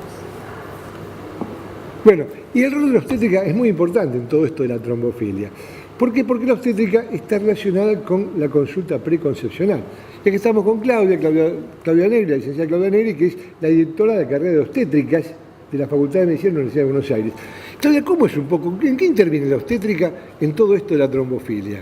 Bueno, ¿cuál es la función de la obstétrica? La función de la obstétrica, nosotros nos formamos con un perfil biopsicosocial, hacemos todo un seguimiento de la preconcepción, digamos, todos los controles que una mujer requiere antes de embarazarse, y creo que en este punto es importantísima nuestro rol, nuestra función respecto al diagnóstico precoz, ¿sí? Y a una buena derivación, a una derivación oportuna. Nuestra función y nuestro rol se ejerce muchísimo en la atención primaria, en muchos centros de salud, en muchos centros, digamos, donde llegan pacientes muy vulnerables, ¿no? Y ahí trabajamos mucho con la historia clínica, donde detectamos factores sociales y otros tantos que nos va a llevar más aún a indagar a qué les pasó a esta mujer antes de embarazarse, qué le pasa con sus antecedentes familiares, con sus antecedentes obstétricos y toda esa contención que requiere para una derivación previa. Entendemos que la derivación tiene que ser antes del embarazo para que el tratamiento sea adecuado. Nosotros también hacemos no solamente atención preconcepcional, sino que hacemos atención del embarazo en sí, embarazo de bajo riesgo. Por eso es muy importante nuestro rol en la prevención, ¿no? Y en la derivación oportuna. Entendemos que lo ideal es hacer el diagnóstico precoz y no que venga medicada, tal vez por alguien que no sea el especialista oportuno, y que la medicación haya que corregirla durante el transcurso del embarazo. Entonces, toda aquella mujer que presenta algún antecedente familiar de fetos muertos, de prematuros y de otras cuestiones relacionadas a la trombofilia, si hacemos una buena detección, hacemos la derivación y luego sí la recibimos si descartamos la patología. Si la patología prevalece, bueno, ahí será derivada a un profesional médico para que haga el estudio oportuno. Pero bueno, nuestro rol es fundamental en la prevención y la promoción, por eso entiendo que nuestro papel en ese punto de la detección precoz es fundamental. Bueno, yo creo entonces que es muy importante la acción de la obstétrica, ¿no? Nuestra compañía de trabajo. Y bueno, justamente en la preconcepción tal vez es donde se define un poco la historia de esta paciente, ¿no? Porque si hacemos el diagnóstico antes de que se embarace, seguramente si ella perdió embarazos por una causa trombofílica, si la obstétrica detecta esa situación y nos la deriva para que la podamos estudiar, a lo mejor hacemos un diagnóstico antes de que le pase todo lo que volvería a pasar, la mediquemos y tenga un hijo, un recién nacido vivo y sano. Así ¿cuánto tiempo tienen para charlar con el paciente, digamos, y recabar esa información? ¿Cómo es eso? Pues quizás no tiene mucha información alguien de bajos recursos, qué pasó con su madre, cómo llegan a recabar esa información. Bueno, nosotros recabamos esa información en lo que es la anamnesis, la historia clínica, y teniendo todo el tiempo del mundo en un consultorio que se dedica a esto, ¿no? O sea, no tenemos limitaciones de si la consulta va a durar 15 minutos, 20 o 30, sino en la detección, en la planificación, del embarazo, lo que buscamos es eso, ¿no? Que la mujer llegue en las mejores condiciones posibles y detectar cualquier patología, ¿sí? Claro que no es solamente trombofilia, ¿no? Una paciente que está anémica, una paciente que puede tener diabetes, que puede tener hipertensión, es decir, que esa consulta preconcepcional, ellas tienen la importancia de poder de diagnosticar o de pensar que pueden tener algo de todo esto y que llegue al embarazo en las mejores condiciones posibles. O buscar precisamente el momento en que sea propicio buscar ese embarazo, ¿no? Que no sea porque sí, sino que sea, si se quiere, planificado cuando hay alguna patología o alguna situación a corregir. Claro, que estén en las mejores condiciones clínicas para poder embarazarse, ¿no? Entonces ahí es el rol de la planificación en estos casos de trombofilia, es muy, muy importante, como de todo en general, ¿no? Una paciente sana tiene mayores posibilidades de tener un hijo vivo y sano que una paciente con patología. O sea, a lo mejor si detectamos precozmente las patologías, en este caso trombofilia, la podemos medicar o podemos establecer ese diagnóstico, si lo tiene o no lo tiene, y hacer que todo ese embarazo se desarrolle mejor, ¿no? Y entonces la partera, la obstétrica, nos ayuda mucho en todo esto, en esta consulta preconcepcional y en el trabajo cotidiano, ¿no? La obstétrica es nuestra mano derecha en el seguimiento de la embarazada, fundamentalmente la embarazada de bajo riesgo, y la de alto riesgo en el momento del parto, ¿no? Donde ella cumple una función fundamental, ¿no? Como también muchas veces nos colabora en decir si una paciente requiere o no requiere en el momento del parto de hacer tromboprofilaxis, es decir, evitar que haga una trombosis en el posparto inmediato, que es el momento hay mayor frecuencia de esta trombosis y que puede desencadenar en patologías mucho más graves como el tromboembolismo pulmonar, que tiene una tendencia de mortalidad. Y que muchas veces escuchamos en las noticias diarias, hace poco ocurrió algo, en el cual alguna paciente hace una trombosis venosa profunda, un tromboembolismo pulmonar y fallece por esta patología estando embarazada, inclusive en la primera semana de puerperio. Y es entonces la obstétrica, cuando recibe la paciente en trabajo de parto, que le hace interrogatorio, le dice, mirá que esta paciente tiene antecedentes de trombofilia o antecedentes de trombosis en la madre o en el padre, dice el papá tenía 40 años cuando hizo una ACV, o mirá que esta paciente es obesa y esa parte tiene un gemeral, tiene una fecundación in vitro, y tiene todas, tiene más de 40 años, o es obesa, como decía antes, y requiere de que le hagamos heparina, esa tromboprofilaxis farmacológica en las primeras horas, que ayuda a que no tenga este tipo de complicaciones. Por no solamente es trombofilia, el tener una complicación trombótica en el curso de ese embarazo del puerperio. Y la obstétrica colabora mucho también en todo eso, porque es la que recibe a la paciente en trabajo de parto, y es la que tiene la oportunidad de interrogarla, como en el preconcepcional, volver a interrogarla y a veces avisarnos, mirá que esta paciente tiene riesgo de trombosis, así que va a haber que darle, hacerle tromboprofilaxis mecánica o farmacológica, no solamente heparina. Esta vez es la paciente que hay que indicarle rápida, movilizate precozmente, mover las piernitas, porque al mover las piernas impide que haya estasis venosa y que la sangre se detenga en las piernas, se produce ese edema en las piernas que favorece la trombosis. Y eso también está relacionado con la función de nuestra compañía de trabajo, que es la obstétrica. Obstetra, y aparte estás en la Facultad de Buenos Aires, ¿cuál es tu rol ahí? Bueno, yo soy directora de la carrera de obstetricia de la Universidad de Buenos Aires, o sea que ya llevo 20 camadas en formación, soy profesora titular de obstetricia, soy consejera por el claustro de profesores en la Universidad de Buenos Aires, soy coordinadora obstétrica del grupo de las obstétricas del Hospital General de Agudos José María Ramos Mejía. Bueno, me desempeño en varios ámbitos y bueno, para redondear un poco lo que dice el profesor, nosotras estamos al lado de la mujer embarazada todo el tiempo y creo que eso hace un poco a la detección precoz de cualquier situación que se pueda prevenir. La obstétrica tiene una carrera universitaria, así que nosotros somos médicos obstetras, existe la licenciatura en obstetricia, obstétricas, la que se llama comúnmente, le decimos parteras, de la cual la licenciada está a cargo de esa carrera que se desarrolla en la Facultad de Medicina de la Universidad de Buenos Aires. Con toda esa experiencia, ¿qué podemos ayudar a comunicar? ¿Qué les parece que se necesita comunicar para ir mejorando las cosas que necesitamos ir mejorando todos? Está bien, claro. ¿Qué le diríamos a una mamá que busca un embarazo? Desde los médicos, ¿Qué debemos mejorar? ¿Qué debemos mejorar? Nosotros para comunicar. Lo que debemos mejorar es actuar en equipo. Yo creo que debemos mejorar eso, entender que el equipo de salud, desde el asistente social, a la administrativa, al médico, a la obstétrica, el médico de familia, todos los que intervienen en lo que hace el control del embarazo, debe tener esa visión, ¿no? Entendiendo que la salud de la familia está en juego, ¿no? Si está en juego la salud de la embarazada, está en juego la salud de toda una familia. Entonces creo que todos los que pertenecemos a un equipo de salud tenemos que colaborar en esto. Como bien lo dijo recién el profesor, ¿no? Nosotros estamos mucho al lado de la mujer, pero hay otros integrantes del equipo de salud que también entienden de otras cuestiones y pueden colaborar en hacer esta detección precoz y la derivación al especialista, porque acá nadie le quita protagonismo a nadie, sino que hay especialistas en este tema, tan importante como, bueno, en este caso la trombofilia, y referenciarlos a ellos, ¿no? Pero cualquier integrante del equipo de salud puede detectarlo y entender que cualquier sintomatología o cualquier antecedente debe ser derivado. O sea, y en cuanto a... porque hay como muchas cosas que se chocan, por una falta, me parece, de comunicación, digamos, las madres como que quieren que les diagnostiquen que tienen eso, por ahí no tienen.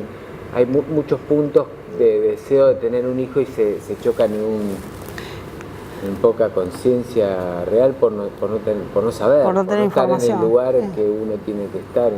O por la mala difusión, ¿no?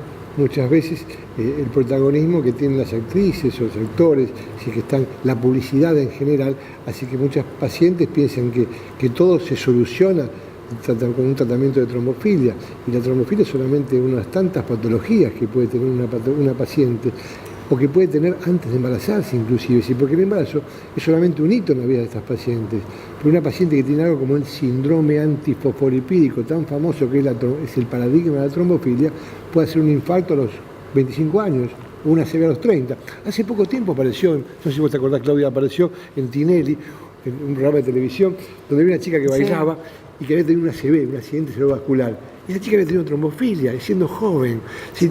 Tal vez las obstétricas y los obstetras tenemos enorme responsabilidad de ellas cuando atienden una consulta preconcepcional. Y nosotros como tocoginecólogo, por ejemplo, hay una paciente que consulta por flujo, a lo mejor una patología banal y que se cura con unos ovulitos, como dicen las pacientes, déme el ovulito para curarme, y que a lo mejor le interrogamos y decimos, che, yo tengo 3 abortos, tengo un feto muerto.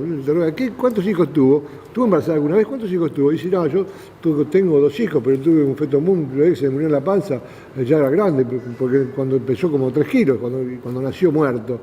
Y eso es prendernos nosotros la lamparita, o a ellas en el momento de la consulta antes del embarazo, y decir, pucha, esta paciente puede tener trombofilia, y a lo mejor tiene 28 años, ¿no?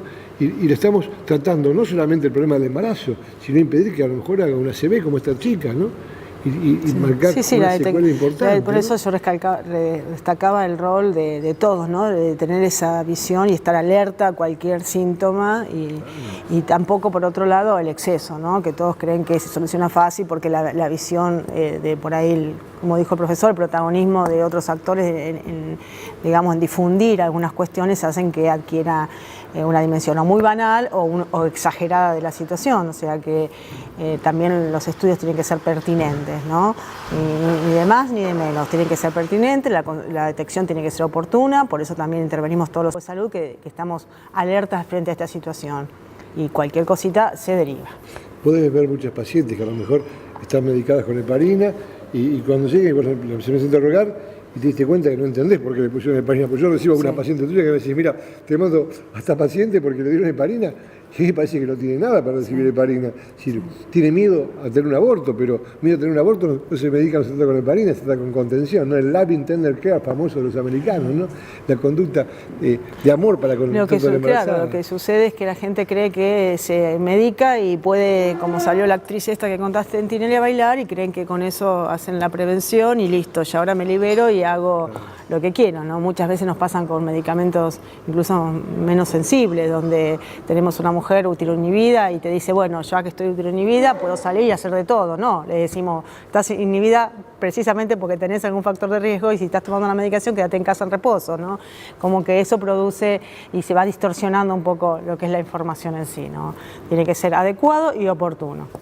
Y trabajar en equipo, sin lugar a dudas que trabajar en equipo favorece fundamentalmente a la paciente, porque la prevención debe ser primaria, secundaria y terciaria. La primaria es la que la paciente consulta en la anticoncepción, la secundaria cuando tiene algún síntoma y la terciaria cuando ya tiene la patología que uno trata de que no tenga riesgo el bebé. Pero esa prevención es muy importante y el equipo de salud debe trabajar en esto. Y nuestra compañía de trabajadora obstétrica tiene un rol importantísimo en esto. Muy importante, gracias. ¿Salió mejor? Solicitar un aborto bajo estas 3 causales. El tema acá es el punto 2, en donde si estuviera en peligro la vida y la salud de la mujer o persona gestante, considerada la salud como derecho humano. Esto se remite a la definición de la OMS de salud, que es la ausencia, el completo estado de bienestar físico, psíquico y social, y no solamente la ausencia de enfermedad. El problema que trae esta afirmación y este artículo, bueno, por lo menos que lo traía, es que cualquier mujer después de las 14 semanas podía, si hubiera salido la ley, hacerse un aborto. Pero no está especificado, es muy amplio el término. Por ejemplo, riesgo para la salud social. ¿Qué es? Por ejemplo, una mujer de a las 30 semanas tiene problemas con su pareja, con su trabajo, con su familia, y si quiere puede optar a un aborto. Todos somos obstetras, ginecólogos, sabemos que un bebé a las 30 semanas, cuando nace llora, patea, se mueve, es viable. Se queda 1 mes, 2 meses como mucho en una unidad de neonatología y se va a su casa, sano y la mayoría de las veces sin secuelas. Esto era lo que hubiéramos permitido si salía la ley. Y el artículo 13, la verdad es que también fue una de las cosas que más me llamó la atención, habla que las instituciones de salud deben garantizar a la mujer o persona gestante las mejores prácticas abortivas de acuerdo a la guía de abortos en riesgo de la OMS. Y esta guía, que está en la página 40, que lo puede ver cualquiera por internet, establece que para los embarazos de más de 20 semanas que se hacen con misoprostol, antes de colocar las pastillas de misoprostol, se debe procurar la inducción de la muerte fetal antes del procedimiento, porque si no, se corre el riesgo de que el bebé nazca con vida. Esto, la verdad, era lo que a mí me hacía pensar que esta ley era irracional. Tenemos que matar a un bebé que puede ser viable después de las 24, 26, 28 semanas con una inyección de cloruro de potasio o de dioxina, porque le vamos a hacer un aborto con misoprostol. La verdad que esto hizo mucho ruido en mucha gente y esto era lo que proponía la ley. Y finalmente, nada, para terminar, esto que es la razón de mi convicción. El tema del aborto yo lo viví, mis 17 primeros años estuve en un hospital público, la Maternidad Sardá, y en los últimos 18 estuve en una institución privada, el Hospital Austral. Y la verdad es que el tema del aborto a mí no me lo contó nadie. A mí y a todos mis compañeros residentes, de los cuales acá hay varios, lo hemos vivido en el día a día. Nos hemos dado cuenta del inicio de la vida humana, de que este embrión, si se lo deja y no se le hace nada, en el 100% de los casos, salvo que haya alguna circunstancia patológica de la madre o mal desarrollo del embrión, va a nacer un ser humano. Entonces, la verdad es que esto es lo que a mí más me frena. Este es el argumento que yo no encontré ningún tipo de debilidad frente a los argumentos que están a favor de la ley. No creo que ni tenga derecho ni lo pueda hacer, eliminar una vida humana, que además hemos jurado defender. Nada más, gracias.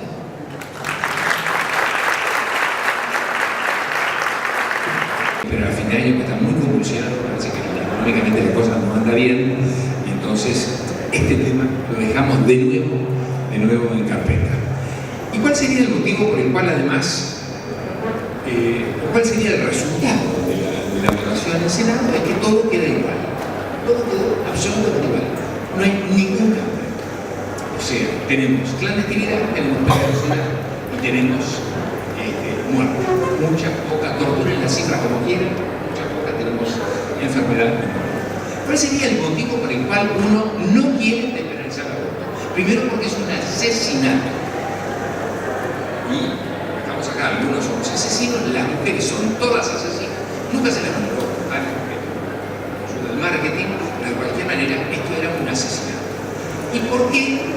Porque además vivimos en un país donde alguien, algún legislador o algún grupo de legisladores, tuvo que votar que somos personas del momento de la concepción. Una situación que yo la veo hacia la distancia, es inllevable a un comité de bioética, por ejemplo, a un pensamiento multidisciplinario, pero bueno, se votó. Obviamente a mí me da la impresión que este grupo de legisladores estuvo absolutamente presionado para definir que una célula nueva con 46 cromosomas sea exactamente igual a nosotros. O que un embrión congelado sea exactamente igual a nosotros. Pero lo concreto es que somos personas en el momento de la concepción. Evento que además no se iba a votar ni se votó, ni en diputados ni en senadores. Lo que se estaba votando era clandestinidad o no clandestinidad. ¿Y qué se votó? Clandestinidad.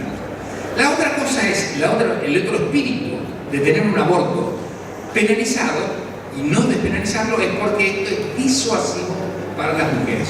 O sea, las mujeres dejan de hacerse un aborto porque la ley, la moral, la ética, la religión, los convencimientos nuestros personales hacen que la mujer no aborte.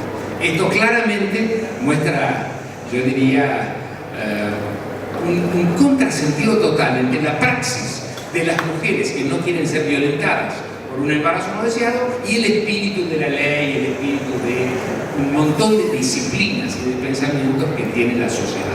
Con lo cual, en vez de decir voy a acompañar a la mujer en el momento, en el procedimiento de tener un aborto seguro, no importa si es inclusive hasta legal o ilegal, sino que en vez de acompañarlas, lo que estamos haciendo es, por ley, dándole la espalda. Un contrasentido total al concepto de salud pública, y cuando una mujer interrumpe un embarazo, nosotros le demos la espalda y aparezcamos solamente cuando tiene una complicación para poder resolvérsela. En realidad, pienso yo que de alguna manera, si uno tuviera que pensar por qué la despenalización, el primer eslogan que yo diría es que si hay derecho a tener hijos, tiene que haber derecho a no tener hijos. Y en ese derecho de no tener hijos, me parece que nosotros como sociedad, sea la médica o sea el resto de la sociedad, deberíamos de estar cerca de la mujer. Otro tema que me preocupa y que no hemos sabido explicitar y al contrario provocamos anticuerpos en la sola mención es el derecho a decidir por el propio cuerpo. En el ámbito inclusive de los despenalizadores muchas veces me parecía que este era un tema interesante, fundamentalmente por el hecho de no tener que vivir una maternidad forzada. O sea, ¿qué expresa la mujer que quiere interrumpir un embarazo? Que no quiere vivir una maternidad forzada, que quiere que sea su decisión y quiere decidir sobre su cuerpo. Me gusta la frase. Sin embargo, la frase no fue explicitada por nosotros adecuadamente porque eso se asoció a mujeres en tetas, mujeres pintadas, aerosoles contra la iglesia, contra contra la catedral. No tuvo una buena sociedad, digamos, una buena aceptación, sobre todo con un inteligentísimo eslogan que es: voy por las dos vidas, defiendo la vida de la madre, defiendo la vida del bebé. Me parece extraordinario como eslogan. No lo veo esto en la acción, digamos, cotidiana o en el desempeño cotidiano de las mujeres interrumpiendo un embarazo. Y curioso además, el otro aspecto que no hemos sabido convencer a la sociedad, ni hablo de diputados, ni hablo de senadores, primero porque en realidad son mitad y mitad, y el otro tema es porque uno lo que aprendió, supongo que Ernesto me acompañará en esto, aprendimos que tienen conflictos de interés. La verdad que no estuvieron cuando hablamos en diputados y en Congreso, no había nadie, había 4 o 5, no estudiaron, no tuvieron respeto, casi diría, por toda la actividad que se desarrolló, tanto en contra como a favor de la despenalización, y entonces lo que muestran es, a mi juicio, realmente conflicto de intereses, inclusive gran ignorancia del tema. No hay igualdad legal. Fíjense que ustedes, las mujeres, cuando interrumpen el embarazo, están en el Código Penal, o sea, tendrían que ir presas. Bueno, la frase que resuelve esto es: bueno, estamos en un país que esto no sucede, ¿no? Esa cosa bien argentina, bien campechana. Bueno, pero nosotros no la ponemos, somos una buena sociedad y buenos jueces que no la ponemos. Pero la letra específica es que ustedes tendrían que estar digamos, presas si hicieran un aborto. Qué curioso que el hombre figura en el Código Penal solamente cuando no pagan los alimentos. Es interesante la inequidad que existe entre la visión del Código Penal para ejercer algo sobre una mujer punitivo y ejercer algo punitivo sobre el hombre. Es verdad, tampoco hay hombres en las cárceles por falta de pago de alimentos. El otro aspecto que me parece que fue interesante y que no pudimos explicitar también, y por eso debemos de reflexionar, porque si vamos a seguir diciendo las mismas cosas, el resultado va a ser exactamente el mismo: mujeres a la clandestinidad. Fue el tema de, digamos, cómo mira la ley a la mujer y cómo mira a hombres y mujeres en el resto de las situaciones. Una mujer tiene un embarazo no deseado y sin embargo tiene que fumárselo y tiene que seguir adelante. ¿Por qué? Porque tiene que defender la vida del embrión. No sabemos explicar, a mi juicio, una viñeta extraordinaria de una filósofa del MIT, Judith Harris Thompson, que dice: ¿qué pasa si un día se despiertan y tienen pegado a Barenboim o a Messi? Piensen que Andrea, mi mujer, se despierta todos los días conmigo y se quiere matar. Imagínense si yo además estuviera conectado a Andrea a través del riñón, porque esta sería la única manera de sobrevivir. Andrea, ¿qué hubiera hecho? Hubiera cortado los cables y yo estaría muerto. Y ella estaría presa.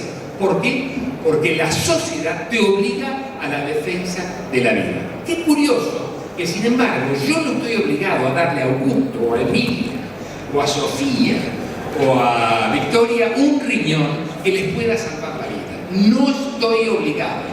No estoy obligado, si camino por la costanera, a tirarme al río, siendo un buen nadador, como me considero, para salvar a una persona que se haya caído al río. ¿Por qué? Porque la sociedad no me obliga a tener actitudes heroicas. Sin embargo, a ustedes las mujeres, la sociedad les obliga a tener actitudes heroicas, y si no, ¿qué? Y si no, resuélvanlo en la clandestinidad. El último tema es un tema que lo voy a hablar probablemente por segunda vez acá en Controversias, y pido disculpas porque soy un hombre y pido disculpas de lo que voy a decir, que me ha traído más de un problema, pero que sin embargo sigo convencido que tengo que mejorar, tenemos que mejorar nuestro discurso de manera tal de hacerlo realidad. Siempre nosotros tenemos que excusarnos, ¿no?, por despenalizar el aborto frente a aquel que defiende las dos vidas. Es extraordinario, defiende las dos vidas. Y nosotros, no, pues sabes que el aborto tiene que ser legal, seguro, gratuito, porque la mujer, siempre estamos como disculpándonos. Una idea que surge en las distintas lecturas y en los distintos debates, discusiones que ha habido en el mundo es que el aborto es malo, que el aborto es complicado, que el aborto es una cosa terrible, que es el asesinato del embrión, que es una experiencia dramática para la mujer, toda la historia, el síndrome posaborto, etcétera, etcétera. Muy bien, yo quisiera dejar un concepto que pienso yo, y pido disculpas de nuevo a las mujeres.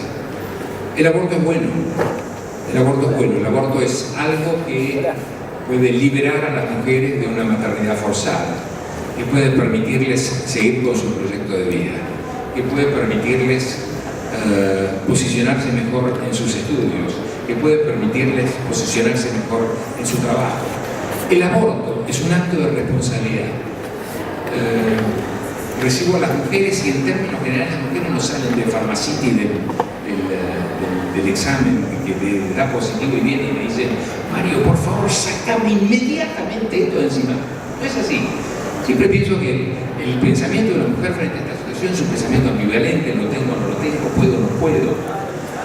Suelen hablar con sus amigas, suelen hablar, si pueden, con la madre, con la tía. Vienen a preguntar cuál es el riesgo de tener un aborto.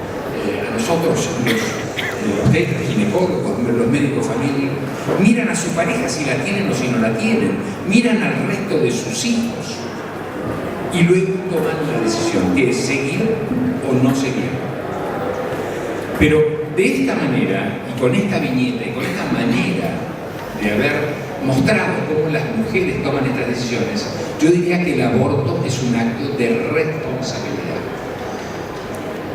Termino diciendo mi preocupación, mis disculpas a las mujeres por no haber sido claros, por no haber podido torcer. No importa los diputados y senadores, sino que no hemos torcido, yo diría, la temperatura, la emoción de casi una sociedad. Otros me dicen: no, Mario, no fue muy bien, cambió el pensamiento social, mi hijo, el pañuelo verde, la mochila. Comprendo. Pero lo cierto es que estamos exactamente igual que antes. Y dudo que las cosas vayan a cambiar en el tiempo, yo diría, inmediato o mediato. Por eso los invito a seguir reflexionando, los invito a pulir nuestro discurso, a tratar de no disculparnos por esta situación, y por supuesto lo que creo yo que vamos a hacer es acompañar a las mujeres, sobre todo en un momento donde no hay abortos quirúrgicos, me parece que no hay tantos problemas de conciencia, me parece que hay que estar al lado, creo que hay que tratar de convertir nuestras instituciones de no amigables a amigables. Hoy la denuncia como buenos, porque podemos ser denunciados a su vez por los pacientes si velamos su confidencialidad. Motivo por el cual yo diría, en este escenario de prohibición y donde nada cambia, tratemos por lo menos de darle lo mejor, de darle nuestro acompañamiento, nuestra empatía, nuestra simpatía, nuestra calidad como profesionales y por supuesto nuestra atención en las guardias los 365 días del año. Les transmito mi preocupación y espero que se haya quedado preocupado, porque no veo que esto en el futuro vaya a cambiar en lo inmediato. Muchas gracias.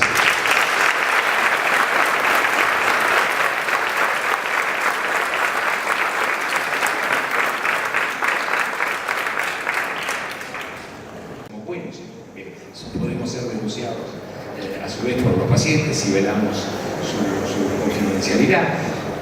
Motivo por el cual yo diría, en este escenario de prohibición y donde nada cambia, tratemos por lo menos de darle lo mejor, de darle nuestro acompañamiento, nuestra empatía, nuestra simpatía, nuestra calidad como profesionales y por supuesto nuestra atención en las guardias los 365 días del año.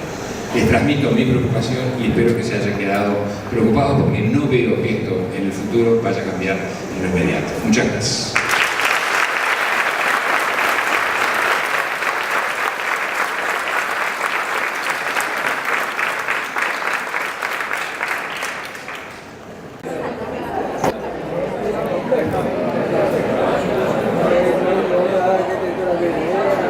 Bueno, nosotros somos la presidenta y vicepresidenta de la Asociación de Controversias en Obstetricia y Ginecología.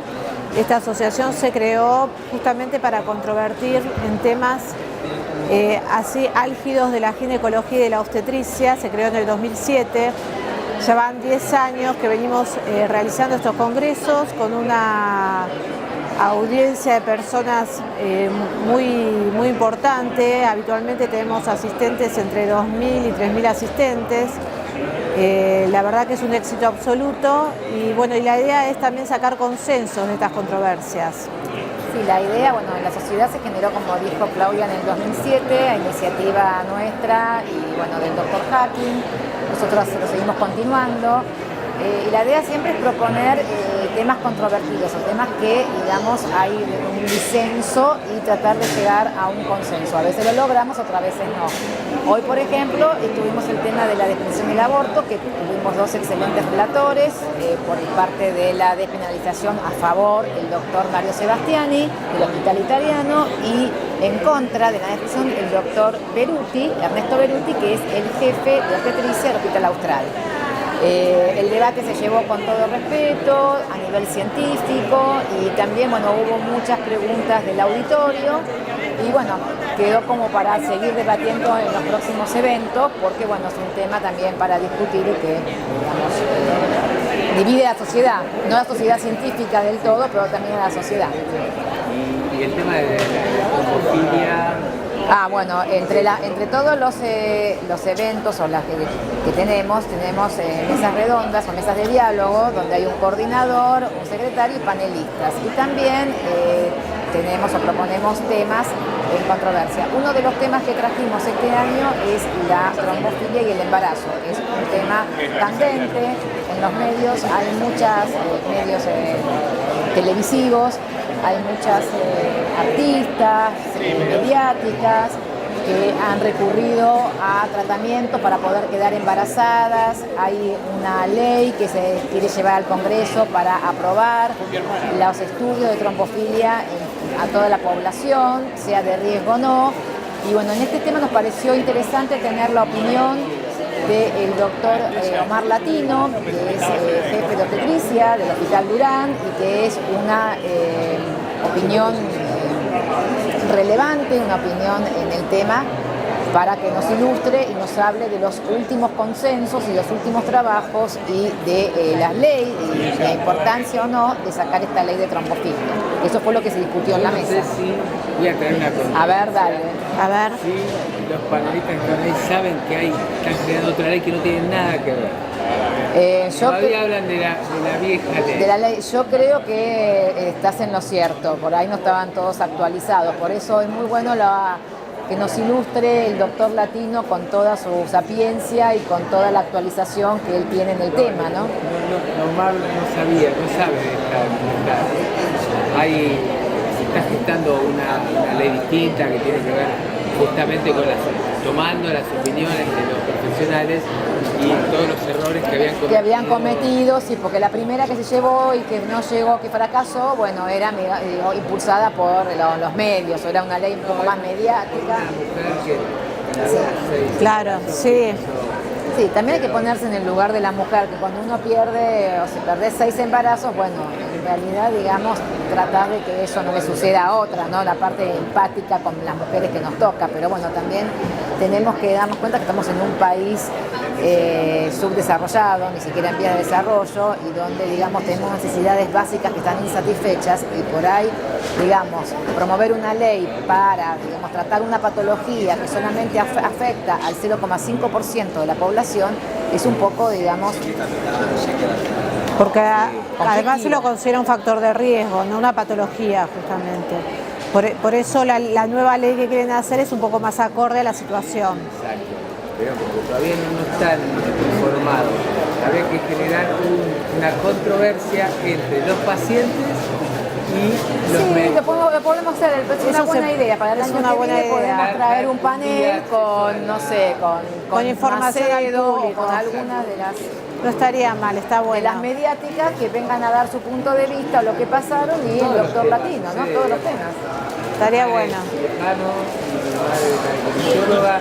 Y en todos los temas está hecho el médico y el paciente, sí, se puede, es una buena idea. Sí, hay muchos temas que se podría hacer una controversia con el público. Para coser la grieta, ¿no? Sí, estaría bueno. Estaría bueno. Agrandarla, digamos. Agrandarla. Así que, bueno, no sé qué otra cosa. No sé, hay temas, también se tocan temas de mastología. Ahora, justamente en este momento, hay un simposio de diagnóstico por imágenes en mama. Después va a haber también de útero subrogado, que ese también es bien para controversiar, sí, porque es un tema que no está legislado todavía, con lo cual también viene bien la controversia sobre ese tema. También tenemos... tabú también. Sí, claro. Y sí, es otra cosa que la sociedad pide, ¿no? Que está el tema de la maternidad subrogada, conforme avanza la postergación, ¿no? Del embarazo. Por ahí tenemos mamás de 40 años que están buscando su primer hijo por primera vez y por ahí se encuentran que tienen problemas y que no pueden concebir, y bueno, siempre la subrogación sería una solución a su maternidad, digamos, no implícita, ¿no? Otro tema que también... En definitiva, cada uno va eligiendo su destino. Otro tema que también tenemos son homeopatía y embarazo, homeopatía y embarazo. También tenemos oncoginecología, también tenemos otro tema que es mesas de obstétricas también, para debatir el rol de la obstétrica en la conducción y el acompañamiento del trabajo de parto. Hacemos controversia sobre parto domiciliario, sí o no. Institucional. También tenemos otra mesa, otro simposio que va a estar a cargo del doctor Mesabota, que es el jefe de una de las maternidades más importantes de la ciudad de Buenos Aires, sobre el plan de parto, que es otro de los que es lo nuevo que se viene. Claro, que las pacientes, digamos, ellas empoderadas en su rol de mamás, bueno, ellas delimitan qué quieren y qué no quieren que les suceda durante su trabajo de parto. O sea, si quieren que les pongan anestesia o no, si quieren que le hagan una episiotomía o no, bueno, también un tema controvertido, y bueno, a ver lo que las instituciones o, digamos, el ambiente médico les puede ofrecer o les puede dar respuesta o les puede dar cabida a esta demanda, a esta inquietud que tienen las pacientes. Les agradezco, yo la verdad que creo que abre puertas. Y que se habló